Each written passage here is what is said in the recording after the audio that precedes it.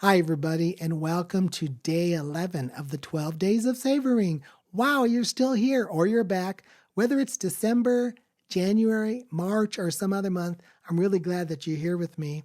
And you're going to be glad too because you're going to be reminded of or introduced to this wonderful little app called the Lectio 365. It's a prayer app.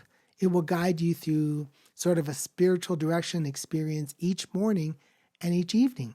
And I'd like to give you a taste of it right here and right now as an introduction to our conversation. Thursday, the 28th of December, the midpoint between Christmas and New Year. And so today I begin the process of prayerfully preparing my heart for the brand new year to come.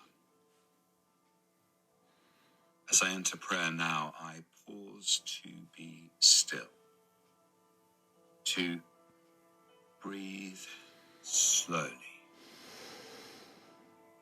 to recenter my scattered senses upon the presence of God. Talk about slowing down to savor.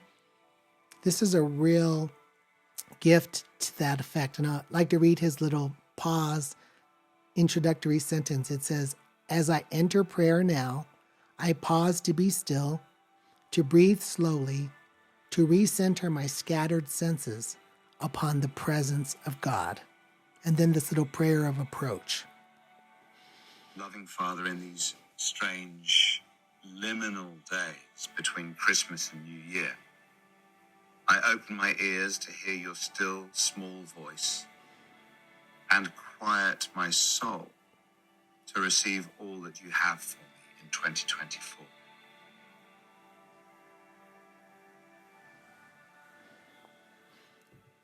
Every day, is recorded for that particular date, and it'll say, today is this date, and at the end of the day, it'll say that the day is done, the night has come.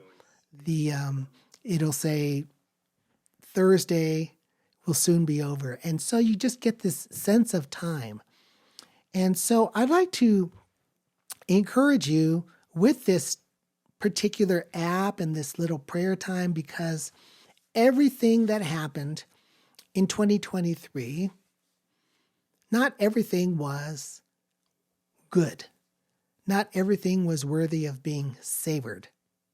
Some food that we ate over the holidays was worthy of being savored, every bite. But we've all bitten into something bad or taken a drink of something that was rotten, and we spit it out.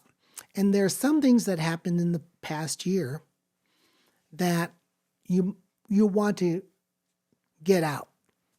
They weren't good for you. They weren't to be held on to. And this little prayer can help you. And so I'd just like to repeat his sentence as a guide for you into the new year. He says, "As I enter prayer now, I pause to be still." You've done that with me in these 12 days of savoring. You've paused to reflect and savor the goodness of God and the kindness of others and progress that you've made. I pause to be still, to breathe slowly, which is telling your body and your mind that we are entering into a sacred space and place and time. To recenter my scattered senses. Boy, that is what I need to do, because I tell you, there's a part of me that's really kind of a mystic, and there's a part of me that's really just a busy beaver and super active. And it's hard for me to slow my heart and my mind down. But I need to do that. And I need to do that. You need to do that in between 2023 and 24. We will get into the new year soon enough. The future will come. But this is that in-between week that it's really important. It's been really busy over the holidays, hard to ponder it like you might like to, but this might be an opportunity to recenter my scattered senses upon the presence of God. And I want to remind you that whatever you look back on in the past year, God was there. Emmanuel means God is with us. And so in the good times and in the bad, in your proudest moments and in your cringe-worthy moments. When people were kind to you and when they hurt you or disappointed you. God was there. And that's going to comfort you on some levels and maybe trouble you on others. Because you'll say, if he was there, why did that happen? I can't answer all that. All I can promise you is that he was there, he is here now, and he will be with you in each moment of the new year. And so my final kind of thought to you is, you will look back on some of the things that people did to you that might have hurt, and you'll need to forgive if you really want peace. And I need to do that too. But I'll tell you what I find the hardest to do is to forgive myself. I have the most pain and I wince the hardest when I think of the things, not that others did, but that I did. Things that I said, places and times when I missed the mark. I need to receive God's grace and know that he was with me and loved me at my best and at my worst and at my in-between.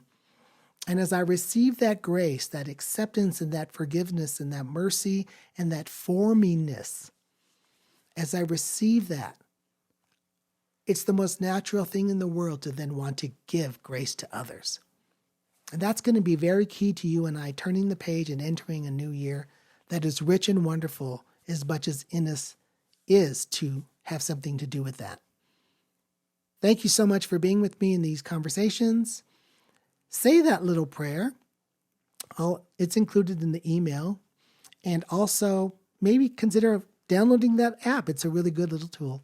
Take care and God bless, and we will see you at our final day of savoring. Bye-bye.